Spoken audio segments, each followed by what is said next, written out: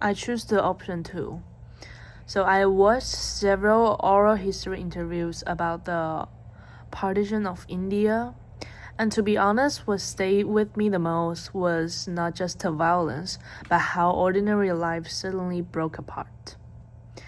For the first question about age, I noticed that many of the speakers were children at the time.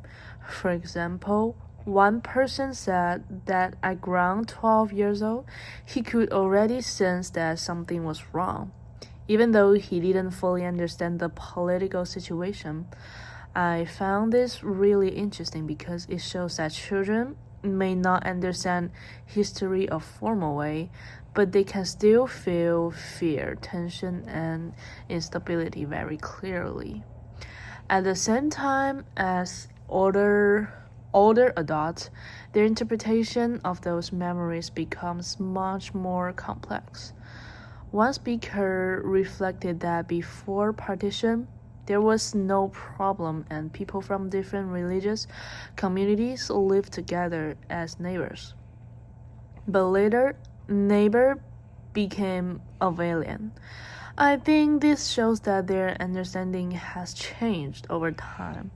They are not just remembering what happened, but also trying to make sense of how relationship could collapse so quickly.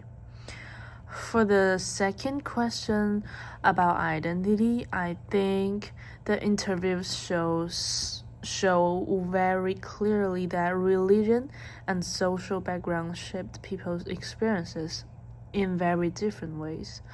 For example, one speaker described how all Muslims had to leave Punjab, which shows that people were forced to move not because of personal choice, but because of their identity. Another person talked about how their family had access to the railway system, which helped them escape. So even something like occupation or class could affect survival. But what really surprised me was that identity was not always simple, even during the violence. One family was helped by a Muslim worker, and they even disguised themselves to survive. This made me realize that human relationships were more complicated than just one group versus another. Another detail that has stayed with me was how partition affected culture. One speaker mentioned that their family used to speak a language called Dewarili,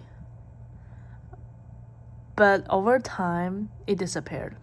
This made me think that partition did not only divide land and people, but also erase the languages and cultural identities. Overall, I feel like these interviews show that partition was not just a political event, but a deeply personal experience that changed how people lived, who they were, and how they remembered their past.